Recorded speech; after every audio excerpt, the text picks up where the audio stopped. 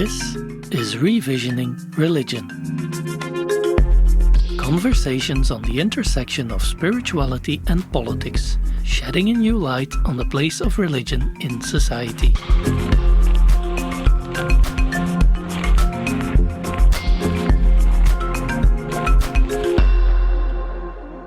Greetings, dear listeners. Today I find myself in the company of Mark Vernon. Hello, Mark. Hi there. Very nice to join you. Mark, today we will be talking about spiritual development and spiritual journeys as a personal process as well as a collective endeavor of humankind. We will normally be using Dante, Jesus and Greek philosophers as our guide, but perhaps you can first briefly present yourself to the listeners. So who is Mark Vernon and what occupies his mind and heart? Well, I've become very occupied with this question of spiritual perception. I'm inclined to think of it as much as anything else because I think Dante, Jesus, other figures I'm interested in, William Blake. I live in South London, so William Blake is my local mystic. I think they all agreed that what in Christianity is called the kingdom of God, what William Blake called eternity, what Dante called paradise, they're all present, but it's hard sometimes to see that presence. And with the extra twist that the difficulty of seeing is actually the way to see. And I think they all agreed on that as well. So I work as a psychotherapist, I write, I do podcasting myself. But in a way, it all revolves around the question of seeing and expanded vision, using the imagination, personal reflection, understanding our cultural times, bringing all those elements together on this question of divine perception. Lovely. Well, Mark, your latest book is Dante's Divine Comedy, a guide for the spiritual journey. But one of your previous books, which I've read and enjoyed a whole lot a couple of years ago, was A Secret History of Christianity. It's about Jesus and the evolution of consciousness. I truly hope we'll be able to connect the contents of both books in this conversation about spiritual development. But we need to start somewhere, of course. So let's perhaps first turn to Dante. I guess for a lot of people, he's one of those typical well-known historical figures of which everybody knows. He had a lot of influence in history, but most people have probably never read his books, and certainly not the Divine Comedy. And I must admit myself, a few years ago, well, a lot of years ago, when I was still in high school, I picked up the book, I started reading. I actually quite liked it, but for some reason I never finished. And I liked it because of him putting in all those other historical figures and how you could just sense and feel how everything was this great allegorical, metaphorical description of spirituality and the spiritual journey as such. But so what exactly drew you to Dante and what made you continue reading the book and not just reading the book, but writing a book about it yourself? Well, like yourself, I was aware that he is one of the spiritual greats in the Christian tradition. And so for a long time, I guess, felt I'd love to be able to get into that and made several failed attempts. But there were two things that unlocked the doors and helped me to follow him through the forest.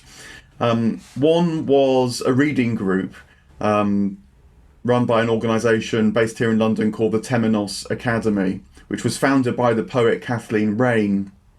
And Kathleen Raine used to say that it's very easy in the modern world to learn about figures like Dante. You can read about his significance in history as a literary figure, the Renaissance, and so on. But it's very hard to learn from Dante, to treat him as someone who might have something to teach us. Mm. And so we did this reading group over many weeks and had a brilliant teacher who week by week opened up what each tercet was saying. And that combined, though, with a moment where I was really ready to receive it, because I was at a point in my own psychotherapy, actually, where I was in a pretty dark place. A lot of the factors that had haunted my life which I knew something about and didn't know a lot about as well, were very present. And so it touched me very personally too, that this journey down and then the journey out and up was something that in a different way, but parallel ways, I felt I was experiencing. So that set me on a course where I basically read the Divine Comedy through about once a year, say, read it a few times. Having found the way in, it's one of these books that speaks more and more and more to you every time you turn to it. And then about 2 years ago, I thought, well, I'm going to read it again, but maybe I can do some podcasts. And so I did a podcast per canto, 100 in total. And then someone said, look, surely this is a book. And so there was another kind of run through it all, rewriting, honing, polishing, all that. And then the book came out. And it was good timing as well, because it happened to be the 700th anniversary of Dante's death in 2021, when the book came out last year. Lovely. So it was a very personal thing that drew you in and it captivated you. So you've written a whole book about it and done so many podcasts. So there's lots to learn there. But if you pick out maybe one or two of the greatest wisdoms that you think that other people might also find useful when they read Dante and kind of put it on top of their own spiritual journey. So what do you think would be the two main things that you can learn from him? One is holding out that suffering is part of the path to transformation. It's one of these things that's easy to say, but it's hard to do, especially when you're in the suffering. But reading the Divine Comedy began to give me hope that that might be the case. And the summary is that whilst people in hell, in the inferno, experience suffering as trapping, like there's no way out, in purgatory, people still suffer, but they begin to trust that if they can learn to lean into the suffering a bit more, it actually starts to change, because parts of themselves start to open up through that process. And then in Paradise, where Dante continues to make mistakes, continues to learn, in a way continues to suffer. So, for example, he goes blind at one point. But in that moment, you trust wholly that that is the path into greater light. And so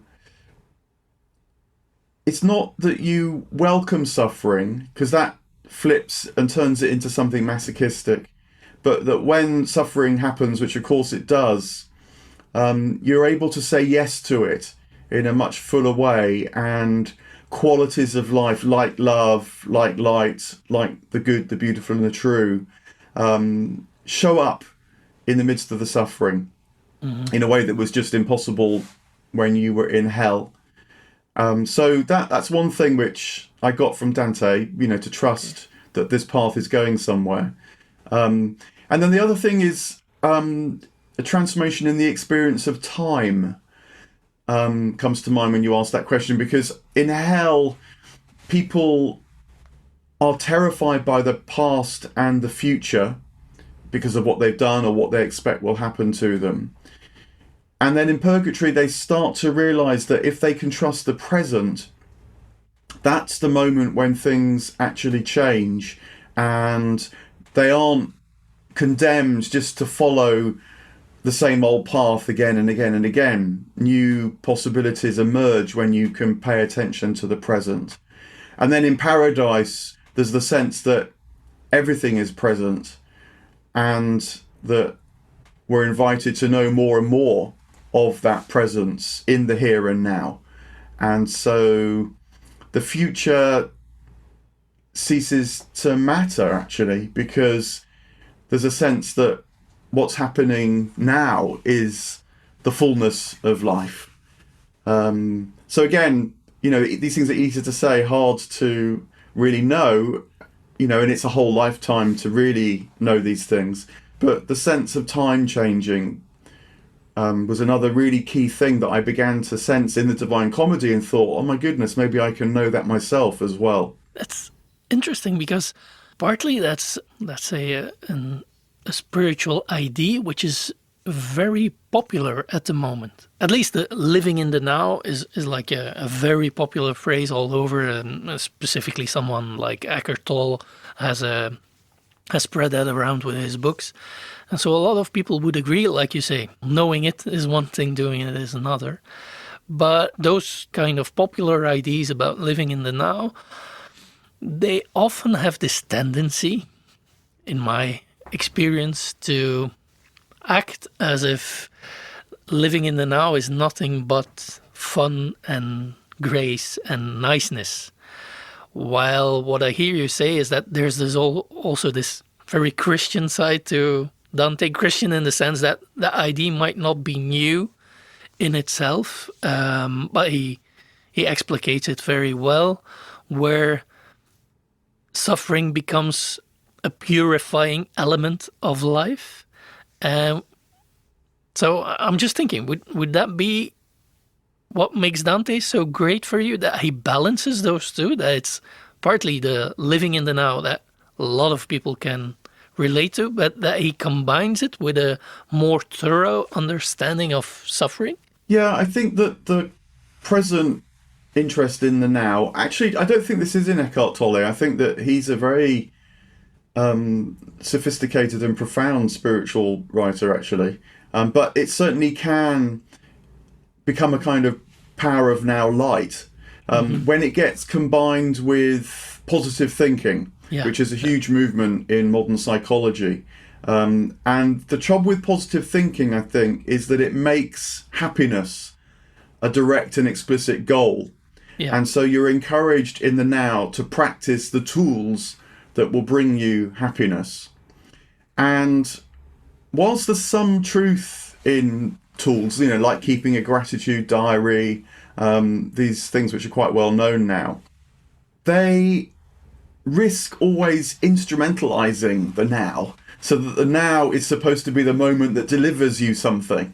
And if you do the practices, well enough, long enough, then, there'll be a return on your investment. So there's a couple of things creeping in there. One is this very modern idea that happiness is a kind of right. And secondly, that if we do the right things, then it will come our way. So it's strangely isolating from wider reality. Whereas I think it's in all great spiritual traditions, but it's certainly in Christianity, the now is the moment to step into the world that's larger than you are, that's bigger than you are, but which you're intimately part of. And because that is so subtle in one way, difficult in another, you're being invited to step into something that you maybe get a glimpse of but don't fully know. And so guides are really important. So it's not that you don't want it, but it's by definition you don't really quite know it yet. And so it feels like a process of dying to be reborn. And I think the significance of suffering is not actually a kind of purging. I don't think Dante actually thought that. With Dante, you have to remember that what first meets the eye, he's just using as a kind of invitation to discover what's really going on. What is more happening, I think, is that suffering, like beauty, so the converse, and it's beauty rather than happiness, beauty cuts through our sense of ourselves and makes us feel the connection with others or the world around us, which is a very common experience. It's both when you see a beautiful scene, but also when you know suffering and you really care. That's when you realize that life is bigger. And so it's that penetration of our soul, if you like, that can then be this invitation to step into that wider life more and more fully, to know that being more and more fully, prompted by experiences of beauty or suffering. I think that element gets lost in the rather instrumentalized approach to the now, that you see particularly in positive psychology. It's not all wrong, but I think it's not enough, you might say. Yeah, it's lovely that I'm thinking 16th, 15th century Dante. What was he? 15th? 14th century, died in 1321. It's really early humanism. Well, and Yeah, he's the first Italian, at least, maybe the first person, but certainly the first Italian to use the word modern. So he's, you know, he's a contemporary of figures like Giotto, who starts painting people as individuals in the way that we would recognise. So definitely at the birth of modern humanism, yeah. Yeah, interesting. What I was going to say was, okay, it's interesting how he can inform a spiritual trend of today in a certain way. But in his own day, how unique was he? Because if we're talking about humanism, we can historically kind of place him as one of the first, but within his time, this whole idea of spiritual growth was nothing new in itself. So how do you place him within the wider scope of whatever was playing around in a spiritual sense in his days? Well, he was a genius, you know, so he was unique in that respect, but he was also very much a person of his times, partly a person of very difficult times. You know, he writes the Divine Comedy in the last 20 years of his life when he's been forced into exile and can't return to Florence on pain of being burnt alive. Yeah. So he's lost everything materially. He, for a long time, had lost touch with his family as well. Interesting. What was the reason behind his expulsion? It's the Italian peninsula, of course, wasn't a single country. It was a whole network of city-states with secular powers vying with ecclesiastical papal powers. And it's a complicated old story, which I don't actually know the full details of, but broadly speaking, Dante is on one side of this dispute, and even his own side splits. So he was on the side of the Guelphs against the Ghibellines, and then the Guelphs split into the white and the black Guelphs, and he's on the wrong side of that. It's a horrible civil war, where these splits occur, and it's sometimes said that civil wars are the most brutal wars. And the upshot is that he is expelled from Florence by the opponents that were the allies. So really the intricacies of politics of the day. Back to his spiritual stance and how it relates to other people. But you see, I think this experience of exile is partly what prompts him to go much deeper than he had before. Before his exile, he was already known as a politician, which is partly why he's exiled. But he was also known as, in a way, the great poet of his day already. He had created what's called the Sweet New Style. And before he wrote the Divine Comedy, he probably still would be remembered in the history of literature, and maybe not to the extent that he is now. But nonetheless, many people might know that he wrote a work called the Vita Nova and other poems. But the exile prompts him to, well, as he puts it at the beginning of the Divine Comedy, wake up in the dark woods midway through the course of our life, as he puts it, and ask about everything all over again. And it's that crisis that precipitates the most profound revelation. And again, that's part of this hard theme, but amazing, tremendous theme of taking up your cross. Would be another Christian expression for it. It's often in the most difficult times that the greatest realizations about life come about, and Dante is certainly in that tradition as well. So that makes him personally very unique, or the story behind the Divine Comedy is personally very unique.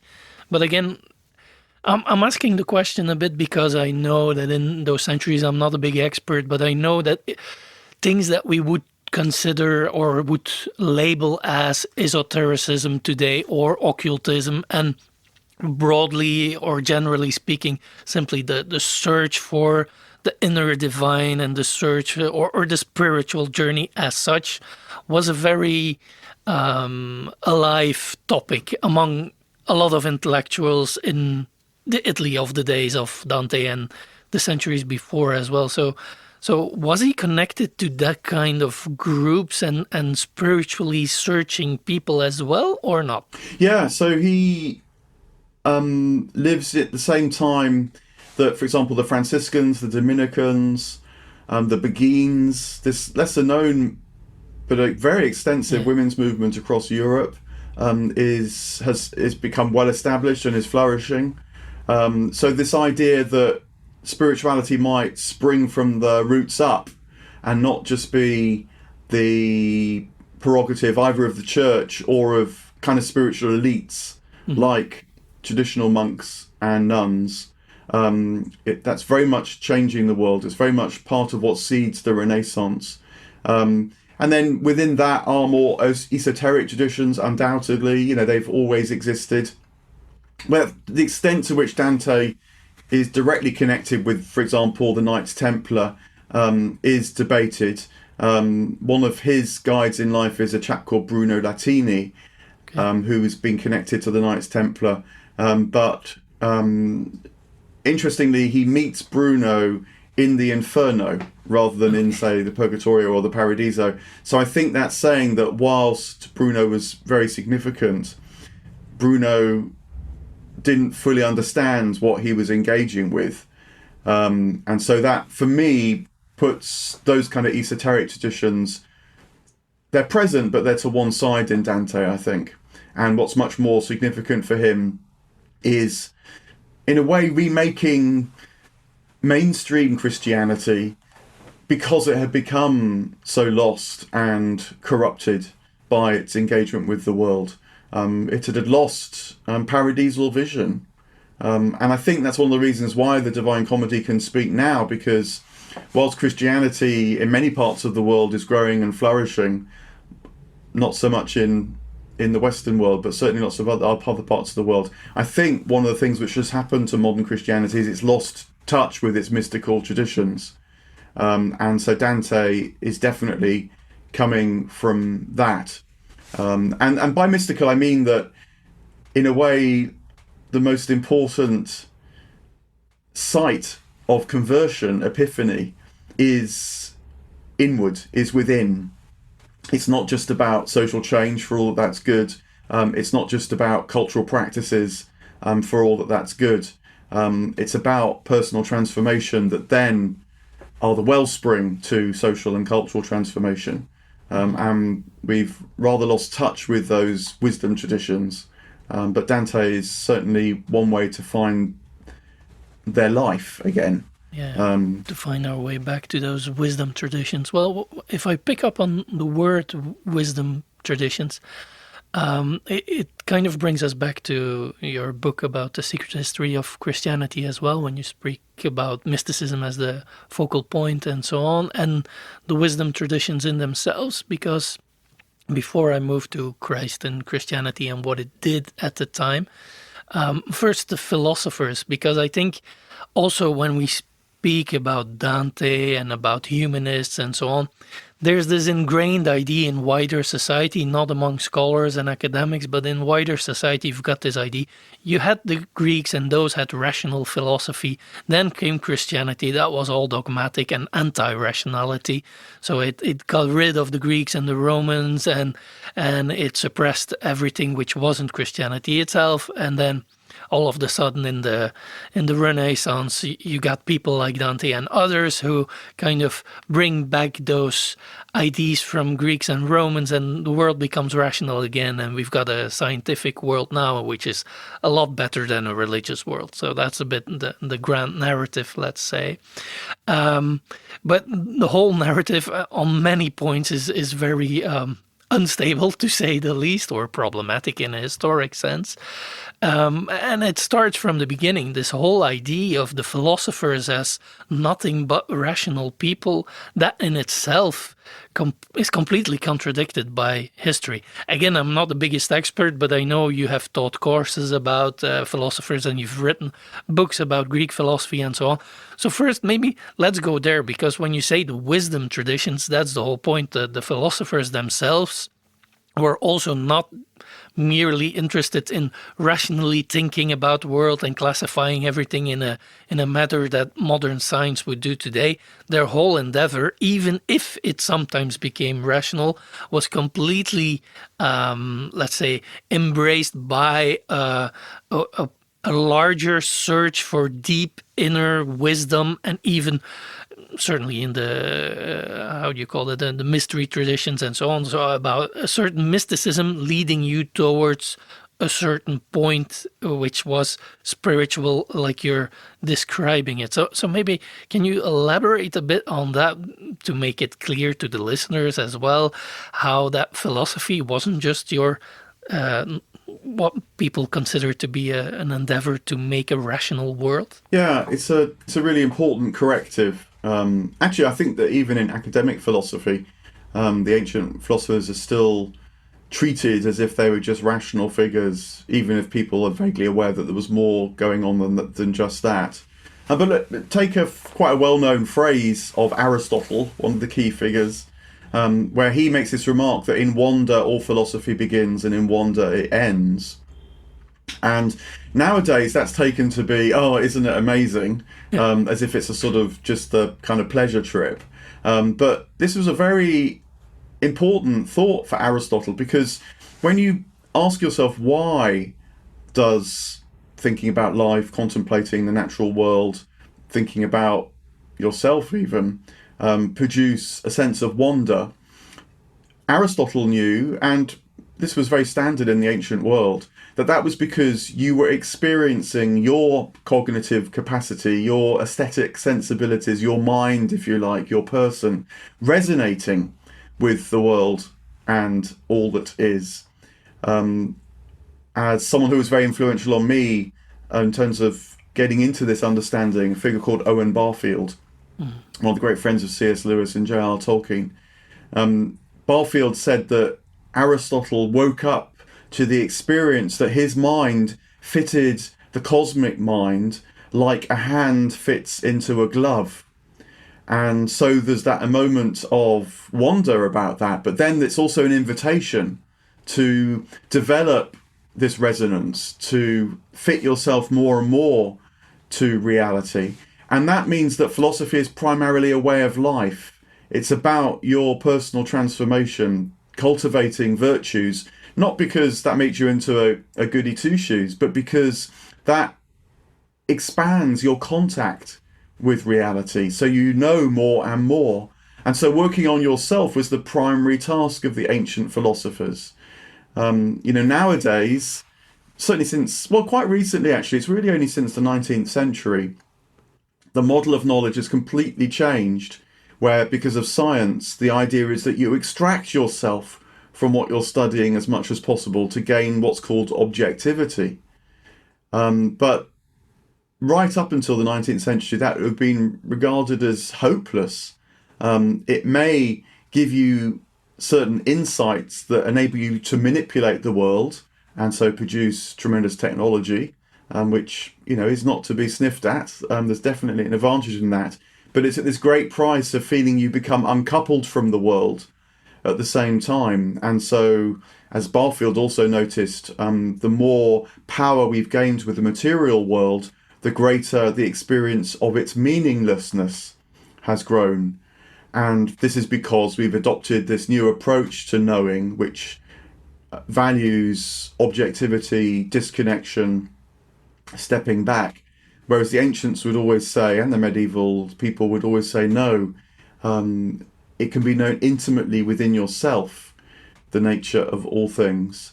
And that means working on yourself. And so wisdom traditions are primarily about personal transformation and social transformation. Yeah, and they're not only about personal transformation, in my view, they're also about the divine. I mean, about God. Christianity was, but Greek philosophy mostly was as well. Terms like logos and so on were basically words to try to describe a divinity. Would you see a difference in how the divinity was perceived in Greek philosophy and, let's say, the Jewish tradition of those days, in which Christ was born and raised? Yeah, so there's a parallel sentiment, I think, in the Hebrew tradition. But what happens in both the Hellenistic, the Greek tradition, and the Hebrew Jewish tradition is that as this personal transformation starts to take hold in the philosophers amongst the Greeks, in the prophets amongst the Hebrews particularly, so we're talking about from the middle of the first millennium BC up to the birth of Christ, is that this personal transformation leads to a transformation of the sense of reality, and in particular the birth of monotheism. The older parts of the Hebrew Bible don't have monotheism. It's a relatively late development in the Hebrew Bible, but that's because it's also about the transformation of the Hebrews. And the way that Barfield summarised this, that I found very, very helpful, is that the sense of being an individual starts to form, an individual that has a kind of centre of your own, rather than, say, your centre being on your family or on your city-state, which was the older way of thinking about where your identity came from. And when that sense of being able to say, I am, integrates enough, the divine I am, the divine oneness, starts to be perceivable to you. I just don't think that monotheism was perceivable to people. It was much more natural to think in polytheistic ways, because your identity was sort of spread around. So it was much more natural to think of deities as spread around as well. Deities of place, deities of time, deities of the family, of the ancestors and so on. But with this kind of gathering in that leads up to the birth of Christ, who becomes the one person who's fully human and therefore fully transparent to the divine, as Christianity came to see it, this perception of the one God becomes possible too. So you see it in Platonism. Plato himself does not talk about the one, which became standard amongst the Neoplatonists after Christianity. And similarly in the Hebrew Bible, it's only the latter phases. If you're into it, it's sometimes known as Deutero-Isaiah, from Isaiah about chapter 66, I think it is, where suddenly it's not just that Yahweh is one God amongst many, but that Yahweh is said to be the only God. And if you say that Plato didn't have the concept of the one, what was his concept of the divine? Because it's Plato is another example of somebody that, in many respects, if you just look at what we term religion today, you'd have to call him or label him as very religious as well, because of certain convictions and so on. He's one of the prime examples of the rational philosophy of the ancient Greeks, while at the same time he had all these ideas about divine beings and the divine essence of life being present within. So if you say he wasn't monistic or monotheistic, what was he in a theological sense? Yeah, I think he was a kind of emergent monotheist. So it's clear in Plato's own writings that he realized that if you follow the path of love and intellect, follow its kind of spirals, the desire that draws you towards that which is good, beautiful, and true, and use your intellect to become clearer and clearer about the good, the beautiful, and the true, they tend towards a unity. So, for example, in the Symposium, Socrates has this great conversation with Diotima, who's a priestess of love, and she says to him, I don't know whether you'll understand this, she calls it a higher mystery, but if you follow the path of love, it leads to a revelation of not just beautiful things, but that which is beautiful in itself. So there's a sense of things coming together into a perception of the one. Figures like Heraclitus and Parmenides, pre-Socratics too, had said, well, Heraclitus puts it rather nicely. He says, if you listen to the Logos, you'll realize that all things are one. So there's this sense of it emerging in figures like Plato. I think another way that this comes up is that Plato clearly had a particular devotion to the god Apollo, and Socrates felt that he had a kind of direct contact with the god Apollo. But I think the reason why it was Apollo and not, say, Athena, which might have been more natural for Athenians, is because Apollo was the god of light, and by following the light, you find your way to the unity of all things. But also the Greek word Apollo means Apollos. It means not many. Hoi polloi is the many, a phrase we still use. So Apollos is not many. So there was something they were intuiting in the traditions associated with Apollo that was actually leading to monotheism as well. That's very interesting. Now, maybe I have to summarize a bit for the listeners where I'm trying to go, because we started with Dante, and the whole point for me was to place him in a wider tradition, or in a longer tradition of wisdom search and of spiritual development and spiritual journey. So although he writes a very nice book about how you can deal with that spiritual journey, he is, in a sense, there's a lot of precursors to him in what we would call normally philosophy and religion, and so that the whole idea of trying to go and trying to walk your own path as a spiritual journey is in itself nothing modern, which is something that a lot of people tend to believe, because they think that religion kind of imposed a lot of ideas on everybody, and you didn't have your own choices and you couldn't create your own spirituality. But if you look in history, this idea of walking the spiritual path is very much there all the time. But so what I want to do now, by turning back to the philosophers and what you're saying, there's this emergent monotheism, is to see whether the personal spiritual journey is indeed linked to the spiritual journey of humanity as such, because that's partly what your book about the secret history of Christianity tries to write. And for me, it comes very close to what is often called the whole idea of the actual age. And it's an idea in theology that I don't fully support, but I must admit that your book was one of the first to almost get me there. So perhaps you should first explain a bit more what exactly you see as this line going from being taken up in the whole of nature, in the whole of existence, and thus also of various divinities, going to monotheism as coupled to individuality as a new experience, and then where it leads us now, if it's possible to summarize that whole trajectory in short way. And then I'm gonna try and put some counter arguments just to see how far we can stretch the idea, because I'm still not completely certain that we can see an evolution in humanity. I have the tendency to think that humanity always had two tendencies clashing with each other, a communal tendency and an individual tendency, and those have always tried to find a certain balance. That's more my, let's say, spontaneous approach. But so first, put your argument on the table, let's say, and then we can discuss about it further. You might not be wrong about that. Certainly in written history, so say going back 3,000 years, there are always figures that withdraw and then return to their communities, bringing a new perception, a new insight.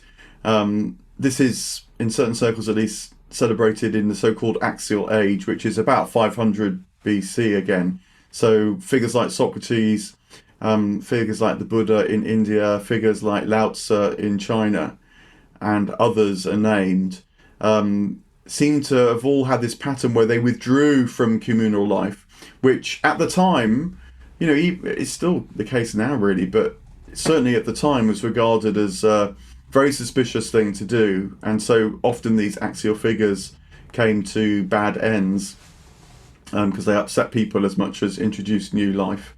But they seem to have seeded a new perception, often they themselves saying that it was actually the older perceptions just remade. I think Plato, for example, thought that he was remaking the old mystery traditions. He realized that they weren't working as well as they used to, and so sought to remake them so that they sat more closely with this much more powerful sense of being an individual that was certainly changing. You know, he lived in the time of democracy in Athens. That's an easy way of putting it. It's a complicated business, ancient democracy. It's not really the same as modern democracy, but nonetheless, it still puts a stress on the demos, on the peoples, rather than, say, on a king or on some kind of tyrannical ruler. So there is this sense, I think, of withdrawal and return. And that's important, I think, because that in itself, I think, broadly mirrors the experience of being human, which is in a way to be sort of born into life with all its struggles and difficulties, and seeming separation from the source, from the origin, from God, but that the path is always one of return, but return with difference. So it's return in particular with consciousness of the nature of reality. That's in a way, I think, our deepest calling as human beings, is that we can not just return to God, which is going to happen regardless, I think. I mean, it's another facet of Dante. I think one of the things which he shows is that hell is not actually a place of eternal damnation for those who somehow get it wrong. He's wanting to go there to see the truth of Christianity, which is it's a universal religion. We're all returning to the divine. How could it be otherwise if you believe in one God? Because the one God holds and contains all being. As St. Paul puts it, you can't actually become separated from the God, even if you feel that you are. But what we're invited to is not just to sort of be drawn back as if we're kind of on strings like puppets, but to come back freely, desiring, knowing of these tremendous things, and so sharing in them more and more fully as well. And I think that that's where this notion of evolution comes in. It's not progressive evolution. It's not like over the millennia we get better and better at it. And it's not Darwinian evolution. It's not like random things happen and sometimes it gets better, sometimes it gets worse.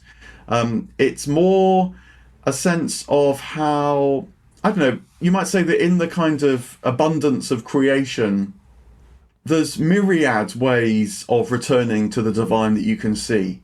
I mean, you might spot it as spring occurs and flowers appear reaching for the sun, and there's a kind of echo of return to the divine in that new life, which of course is why spring and Easter and so on are so closely associated. But we human beings have ways of doing that now that connect with who we are now. But I think that our ancestors in the past had ways of doing that too, that in some ways were similar, in some ways were different. So it's why we can still read a figure like Plato, who's 2,500 years old now, or indeed the Bible, which is 2,000 or 3,000 years old, and it can still speak to us. But we have to make it our own now. We don't just parrot the Bible to make it live. You have to know what these sayings were getting at then, so that they can be re-expressed for now. So it's this kind of continual process of movement that's, well, Barfield again, he said it was U-shaped. So it's not linear progress like a line. It's not even quite a spiral, although there's some truth in the spiral. It's more like a U-shape, and we tend to feel we're falling away and realise in the falling away that actually we're returning. But is it a U-shape without a connection? Because if you continue the U-shape, you get a circle, kind of. So would he see it like a circle, like you always return to the same point? Or no, it might not be linear, might be U-shape, but you go from one mode of being to another mode of being. No, I think it's a return, but with difference. And the difference is always expansion.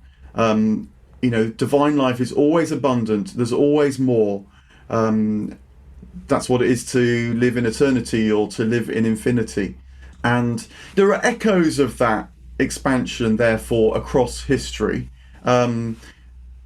They're echoes or reflections of the true expansion into the divine, I think. But, an obvious one would be that, well, you and I are talking about these things. I sort of used to be a religious professional, I suppose, in that I was a priest at one point, but I'm certainly not a religious professional now. I don't live in a special community.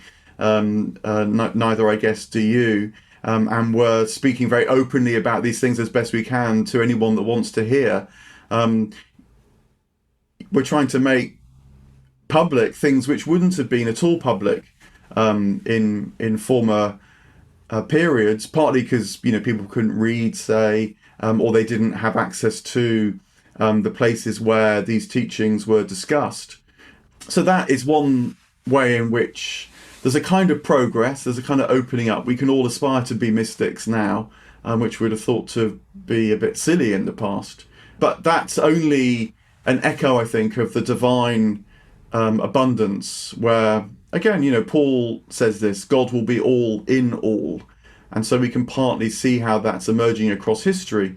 But I don't think we should make it become a historical program. In a way, the way the history changes, and sometimes it progresses, sometimes it regresses, is a byproduct of the bigger spiritual story. Let's go to the bigger spiritual story then. We've got those nuances in the back of our minds. It's not a linear progression, but still there is a spiritual story. So if you would lay that out as simply as you can, what would be the main components? In Christian terms, it's creation. It's all about creation. One of the things that Dante learns in Paradise is that that's really God's primary and almost only relationship to the creation. That if you come to realize that nothing can separate you from God, then the question becomes, what's the meaning of the times it feels that you're separated from God? And one main Christian response to that has been because you've done something that is incompatible with divine life. And so that's the main strand of redemption, and the idea that Christ came to bridge the gap that had opened up between us and God. And Dante recognizes the wisdom in that because he wants to take our separation seriously. He's definitely taking evil, darkness, pain and struggle seriously. But by going into that more, he realizes that, well, as Beatrice says to him, it's strangely a mistake of perception that lies behind all that. It's not that God has a problem with evil or darkness. God is quite capable of holding the evil and the darkness as the light and the goodness. But what the problem is how we can find our way freely back to the light and the goodness. But when we turn towards the light and the goodness, we realize that God is already offering the light and the goodness to us in creation, in making more, in incarnation, in pouring divine life into the creation. And so it's these moments, which are actually much bigger in Eastern Orthodox Christianity. If you go into an Eastern Orthodox church, you'll quite struggle to find a cross, for example. You'll probably find one somewhere at the back of the church, but it more or less certainly won't be right at the front of the church, as it is in, certainly, say, Catholic churches. You'll see instead in Orthodox churches maybe a figure of the Virgin with the Christ figure being born in her womb, or you'll see a figure of Christ Pantocrator, the Logos that is always already running through all things, or being born in all things, images of creation and incarnation. And so Dante, for Western Christianity, is a really important teller of that biggest story, that biggest spiritual story. A kind of corrective to distortions, I'd even say, in the Christian story that can dominate in the West. You mentioned Beatrice, so very quickly as a little aside, who is she? Because I don't think all listeners will know. And how important is she? If she is the one teaching Dante that kind of stuff, what's her position in the Divine Comedy? So Dante has various guides that help him take these steps into what he doesn't know through the Divine Comedy. And there are two main guides he has. One is Virgil, who meets him first of all. And Virgil is the Roman poet. And so it's like two poets together exploring these things. And that's a good starting point for Dante. But Virgil tells Dante that he's actually been sent by Beatrice as his guide. And Beatrice is the woman who first ignited love in Dante, erotic desire. We're told that they met when they were still quite young, and he instantly fell for her on the streets of Florence. They didn't really know each other in life, though, but as infatuation can, it sort of lit a flame that never quite extinguished in Dante's life. And so that was the light that he tried to follow through his life. And I think the reason why Virgil appears first, and then Beatrice only appears to Dante in the Paradise, is that if Beatrice had appeared too early, in all her glory, in all her beauty, it would have been overwhelming for Dante, and he would have just been sort of floored by the experience. He had to develop himself really quite substantially to be able to not just be drawn to her light, but find his own way to the light, kind of initiated by the experience of falling in love with her to start with. So Beatrice is one of his guides, in short. Does that mean there's also this sense of it's all about love, it's all about eros, but then eros with a bigger E, and if you're confronted too early with eros as a concept, then you get stuck in eros with a smaller E, that you get attached to the, let's say, the less divine expressions of love itself. Is that also kind of behind it? Yeah, I mean, again, eros is one of these things that the Western version of Christianity hasn't dealt with so well, in my view, and partly because of the way that eros typically awakens within us, which is through sexual desire or embodied desire.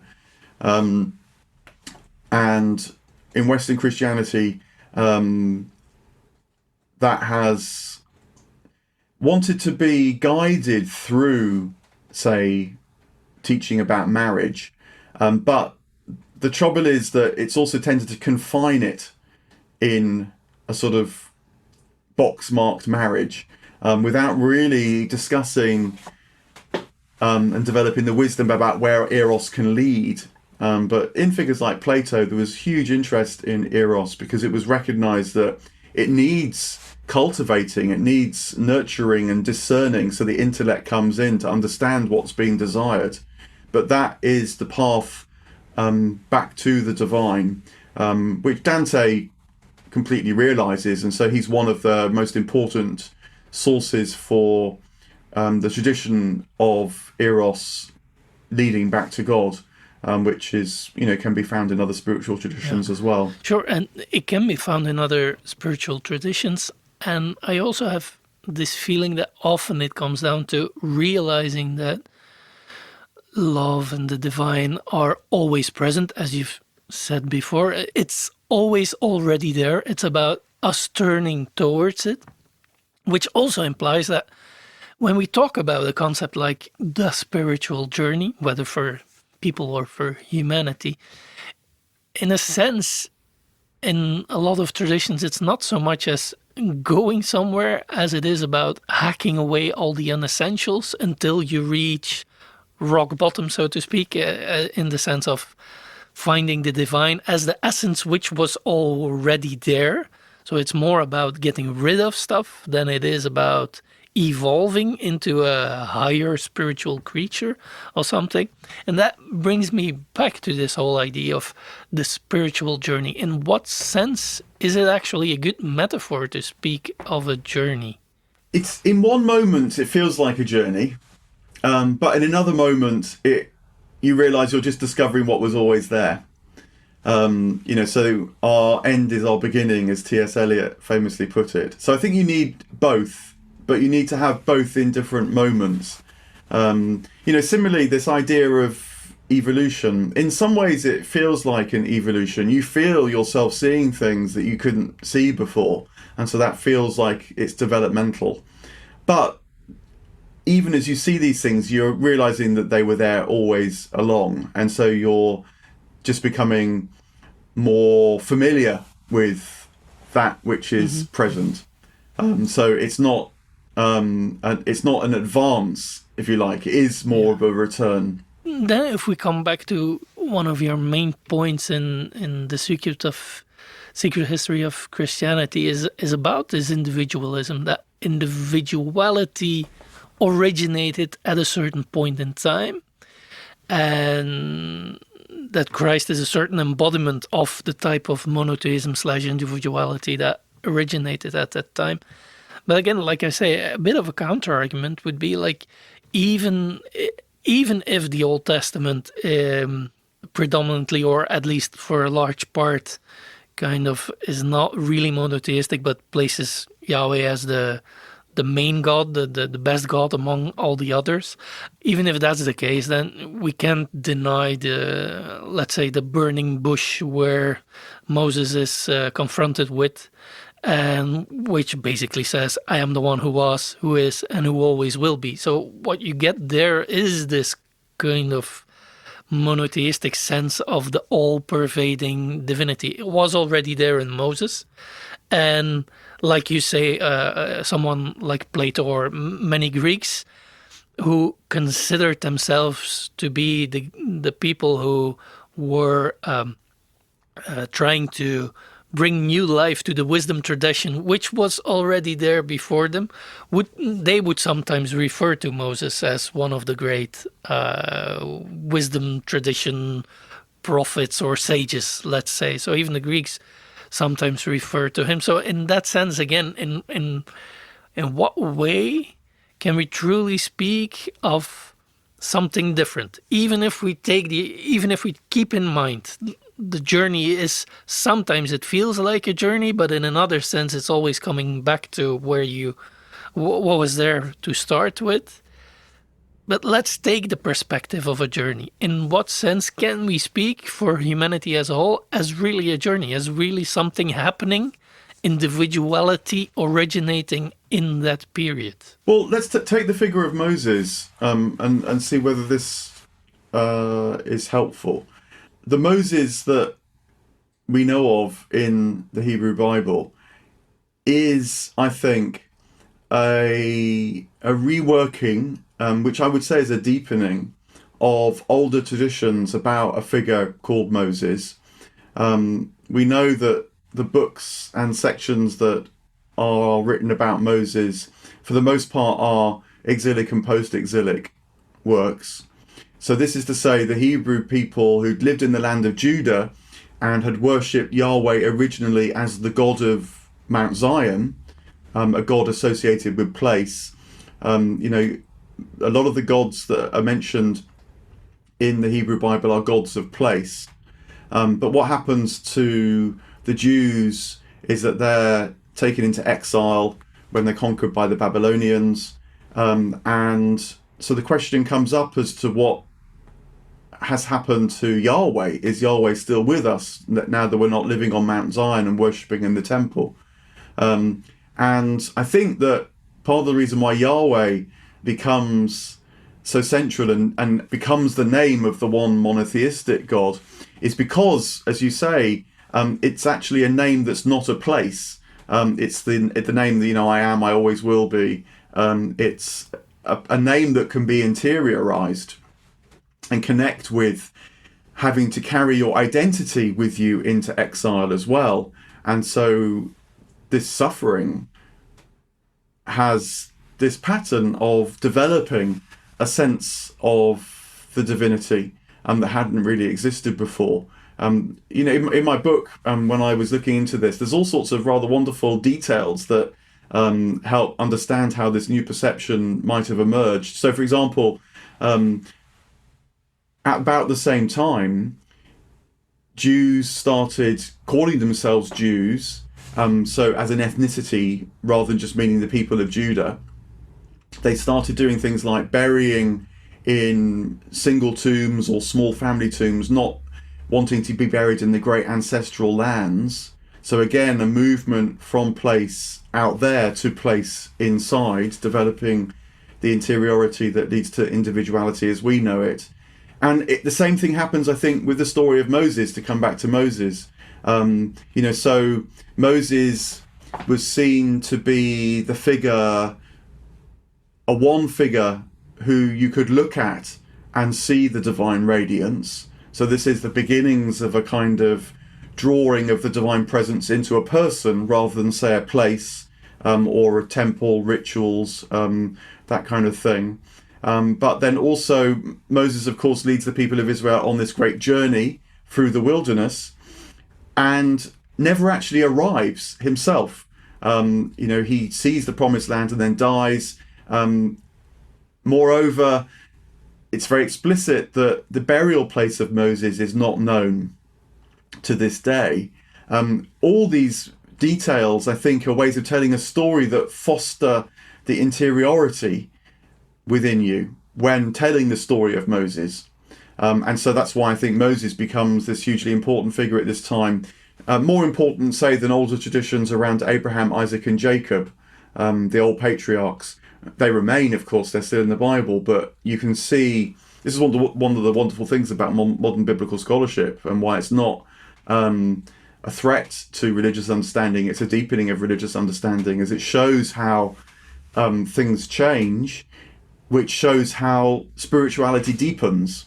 And, hence the story of the metaphor of the journey is an important part of and that. If we, I don't know if that you find that illuminating or persuasive at all. I find it rather persuasive, but still, first let's put Jesus into the whole narrative. Then, if we've got interiority, individuality, and the interiority leads you to the realization of the divine essence behind everything, and so you stop identifying as such with things outside of you, and then what's the point of Jesus in that particular moment in time? Well, I think Jesus comes at the end, or the culmination, say, not the end because it continues obviously, but at the culmination of this realizing that God is one and the oneness can be known within us as well. You see it partly in Jesus's teaching. So I think that parables, for example, are not moral tales. When you actually look at the parables, a lot of them are actually rather immoral.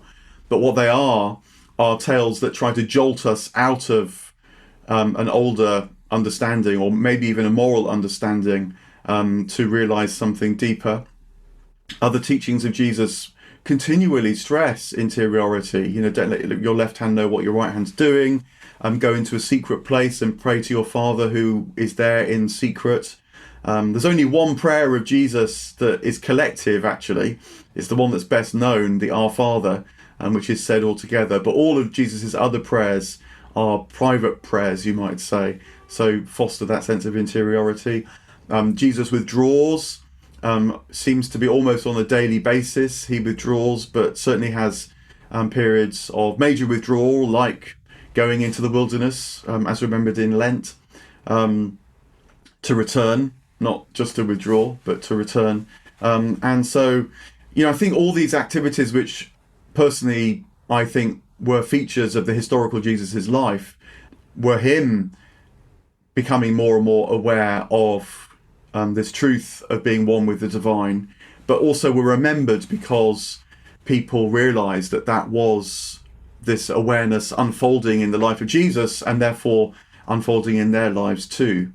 I mean, just one more huge trend across the New Testament that you can see, I think, is the evolving awareness of apocalyptic ideas.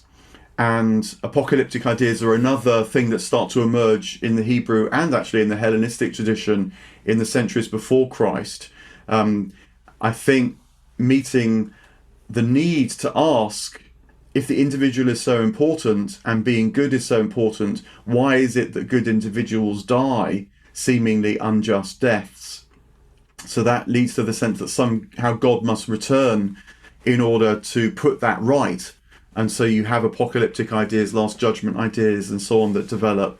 But Jesus seems to have realized there was a further step required there, which is that the kingdom of God is already within you. So in Luke particularly, there's these phrases which are remembered, which must go back to Jesus, I think, where Jesus says, people will say, is it here, is it there? I say to you, no, the kingdom of God is within you. And then he adds it with phrases like, it's not what comes into a man that matters, but what comes out of a person that matters. And And I think you can see Paul wrestling with this. You know, sometimes in the early Paul, like in 1 Thessalonians, there's clearly older ideas about the apocalypse, the second coming, will be gathered together in the clouds and so on.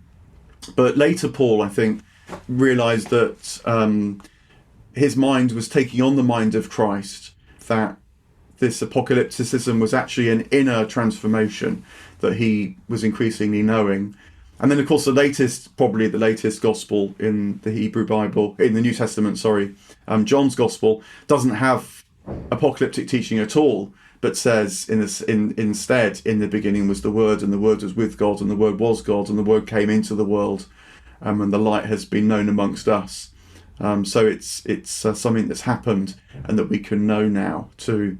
So I think you can see the development of apocalypticism too as reflecting on this journey towards greater sense of knowing it now. And that kind of brings us back to Dante as well, in the sense of he's one of the figures that lives in a tradition that had this type of interiorizing, journeying to the essence idea.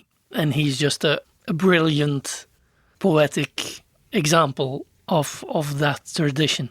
But if that's something that evolved within humanity, this new interiorized sense of the essence of existence, how do you look at this other trend, at least of the last 500 years? And you kind of refer to it way at the beginning of our conversation. And I thought, I need to pick up on this later, because you were talking about the decoupling. Because in a sense, this whole interiority is also the thing that allows you to decouple from life as such. You kind of get this Cartesian split between what's inside is my mind and what's outside is the rest of the world.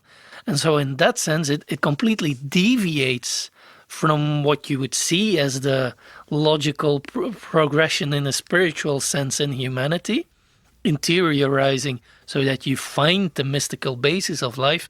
But how mysticism was dropped, and what you get is somehow a return to the position of people where they're actually I'm looking for the English word here. There's a nice word in Dutch. Well, it comes down to the billiard ball, or the ball in a flipper game or something. So in our case, you're not determined by the whims of the gods, but you're determined by the natural laws of life, let's say, and choice doesn't matter too much because everything is physical and chemical reactions in any case. That kind of scientist mentality is, in a sense, a complete return to the concept of fate and externalities determining your whole life.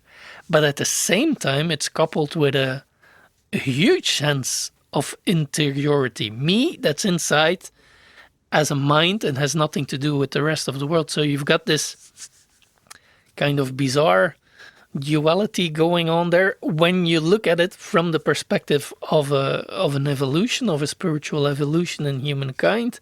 Something strange seemed to have happened there. I think it's an old pattern, but one with a particular modern inflection. It's this sense of becoming alienated from the world, which is another way of putting that split, and not knowing how you participate in the cosmos anymore. That happens with modern science, with its quest for objectivity. But that has the upside of developing the sense of the individual even more, because you're sort of thrown onto yourself. You have to try and make meaning. It's not at all obvious to us that meaning flows and floods all around us, as was the case in the medieval and the ancient world. Aristotle, I mentioned before, he never asks what's the meaning of life. For him, it's always how do we engage with the meaning that is around us. But we have to ask that because of our alienation. But that requires us to develop. And then that moment of development becomes the kind of precipitating moment that enables us to realize what was present and is around all the more, and engage with it all the more freely, all the more consciously. you know, modern individuality can slip into individualism, where, you know, it's seen as a kind of fight against all the other individuals around you. But of course, it also leads to valuing the individual. And so, you know, everybody should have an education, women and men. Everybody should have a say in society, and values such as equality and justice and so on. Now, these cause a lot of problems and tensions, which we're very aware of now, but they come from the effort to understand how the individual matters in relation, I think, to the all. In a way, we're at a moment now where we know the individual matters, but we're not quite sure in what way. So things like freedom become very confused. We know that the individual needs freedom from interference that would coerce and destroy, wherever that's possible. But we're not quite sure what our freedom is for. This was a famous distinction made by the philosopher Isaiah Berlin. It's not just mine. And so I think that's our great challenge now, certainly in the West, you know, where there's a lot of discussion about freedom again and calls and celebrations of freedom. Well, we need to ask more and more, I think, what's our freedom for? Not just are we seeking to be free from. I like that distinction. And a lot of people on the spiritual side of life who are not so much embedded within the scientist worldview or the materialist worldview, which is pretty widespread, but a lot of people who feel the disconnect and who feel the alienation and run towards more spiritual ideas used to be kind of bundled together with the name New Age, which is an awful name in itself, but at least it refers to those groups of spiritual people who considered that there would come a new age, the Aquarius age, and in that age, all of a sudden, all this purely materialist view of life would go away and everybody would become a new spiritual being and so on. In a sense, there's also this evolutionary or spiritually evolutionary trajectory there. So how would you align and or distance yourself from this, again, quite popular idea about among a lot of spiritual groups of today?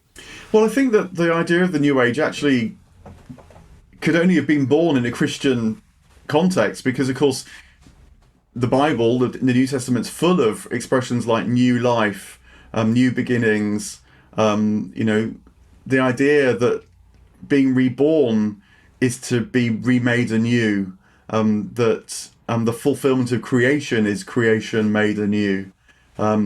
It's a very powerful Christian image, appropriated again, you know, in the modern world with this notion of the new age. I mean, I mentioned positive psychology before and how that, I think, gets sort of half the story, but not the other half of the story. I think that a lot of talk about the new age now too gets sort of half the story, but not the other half of the story. And it can happen like this. So it's a complicated old, you know, very diverse field. But one of the ways which I think it happens is actually is the story that somehow human beings are evolving, or emerging is a word that's often used, into a more and more advanced consciousness, and that, you know, we're on the precipice where we could fall, but also it could be the moment of inflection where a new age is born, and, you know, we'll sort of step into advanced ways of being that our ancestors didn't know about, and so on. I think that is muddling the spiritual insight with a progressive scientific insight, which tends to see things in linear ways. It gets confused. It confuses the advance of technology, which undoubtedly happens, with spiritual advance. But, you know, going all the way back to Plato, Plato said that spiritual advance is not like the accumulation of something. It's much more like the remaking of something in every life, in every age. Yeah, he said it's not like, he said that spiritual advance is not like water that can be poured from a jug into a glass, as if spiritual advance can just sort of be poured into you. It's something that you have to make, and that's part of what it is to be free. But by drawing on guides, by drawing on traditions, by being connected to your times, going into life more and more, that's how it's born. Yeah, so but I think that's a problem with the New Age, is that it's a bit too beholden to.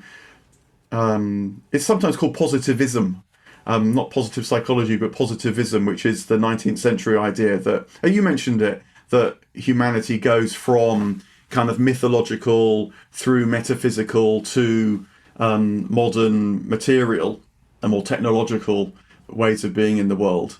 You know, there's something in that, but I think it's primarily the way that technology has developed. It's not about actually addressing the nature of the soul. It's interesting to see a connection between positivism and positive thinking, which are completely different words, but there's a connection there somehow. And I like your nuance about spiritual growth not being this linear concept, because one of my problems with the whole idea about spiritual growth is that there's also this somehow colonial aspect even to it, that, and it's even in my eyes one of the greatest spiritual vices, that you go a spiritual path, you're trying to grow as a person, but because you're growing, you feel yourself as a more developed human being than others. You're more spiritually advanced than others. And if you put that on mankind, then that's what I mean. It becomes a bit colonial. Our society is more spiritually advanced than the others. And for me, that's a really problematic concept, which obviously from everything you've said is not what you think. But I'm just